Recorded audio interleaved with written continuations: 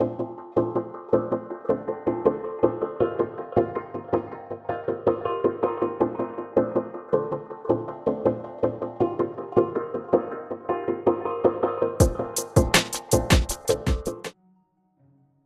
after falling ill and having my computer break on me, I am back. Quite briefly because my friend came back from being away for like half a year, so I may have distracted myself a little bit. So after that explanation of my absence, on to the video. Are main characters good or bad for the game's design? Focusing on what would happen if we just got rid of them entirely.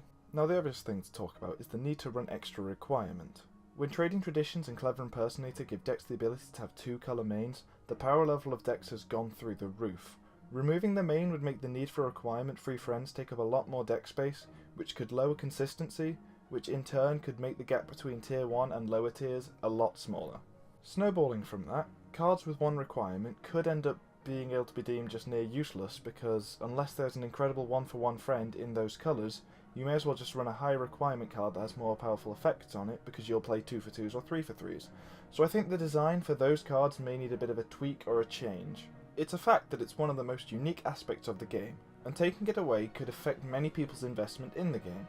Having a card that you can consistently rely on being there makes the game have a feel similar to one of the most popular formats in Magic, Commander, where building around a specific creature is a large amount of the appeal, and having a main you build around is very like that, especially when it's your favourite character in the show. When I think of why a colour isn't really used at the moment, the reason is quite often because the mains aren't good. A good example of this is think of a good yellow main. Now think of some of the best mains you know. Can the first compare to the second? For me, no. Not really, and getting rid of mains could help with this issue. It nerfs farming in a really big way.